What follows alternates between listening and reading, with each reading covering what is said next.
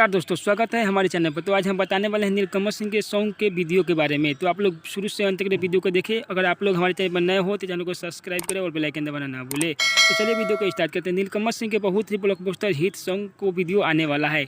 तो आप लोग जानिए किस चैनल पर ये सॉन्ग का वीडियो आने वाला है। तो आप लोग वीडियो को शुरू से अंत तक देखें, तब आपको समझ में आएगा किस चैनल पर ये सॉन्ग का वीडियो रिलीज होने जा रहा है।